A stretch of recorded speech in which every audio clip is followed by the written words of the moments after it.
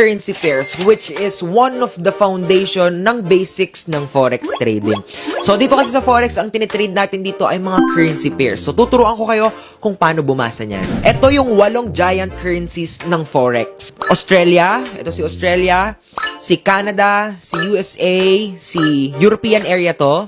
Ito yung United Kingdom, Japan, Switzerland, at saka New Zealand. Reading currency pairs. Kapag nagtitrade ka kasi ng forex, kailangan dalawa.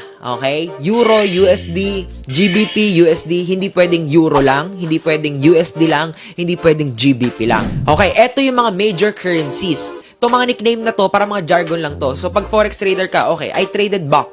Okay, ibig sabihin, nag-trade ka ng dollar. Parang ganun lang yan. So, the dollar is king in the forex market. Bakit nga ba tinatawag na king yung dollar?